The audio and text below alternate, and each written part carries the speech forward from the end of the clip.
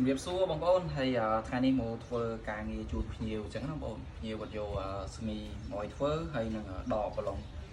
ឡងជូនគាត់ដោយសារដាច់ប្រឡងហើយមកនិយាយនេះការងារសីស៊ូមីការងារក្រៅអីខ្ញុំអត់សូវបានថតដែរបងប្អូនដោយសារតែលោកគួរអញ្ចឹងណាដោយសារតែអត់សូវមានពេលបងប្អូនអញ្ចឹងនេះឆ្លៀតធ្វើវីដេអូអញ្ចឹងបងប្អូនឆ្លៀតធ្វើវីដេអូពួកការងារ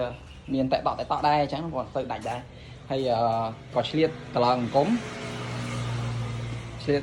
តឡងអង្គមឲ្យហើយបងប្អូនដោយសារតែបើសិនជាមានភ្ញៀវគាត់កំងអីស្រួលដាក់អីវ៉ាន់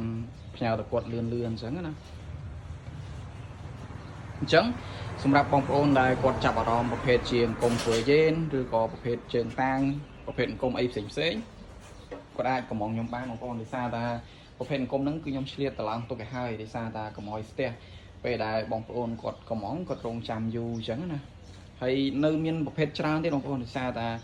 អត់ទាន់បានតឡើងរួចរាល់អញ្ចឹងសម្រាប់បងប្អូនដែលគាត់ចាប់អារម្មណ៍គាត់ចង់បានជាប្រភេទអង្គមអីផ្សេងគាត់អាចតាក់ទងខ្ញុំបានអាចកំងខ្ញុំបានអញ្ចឹងណាអញ្ចឹងសម្រាប់បងប្អូនដែល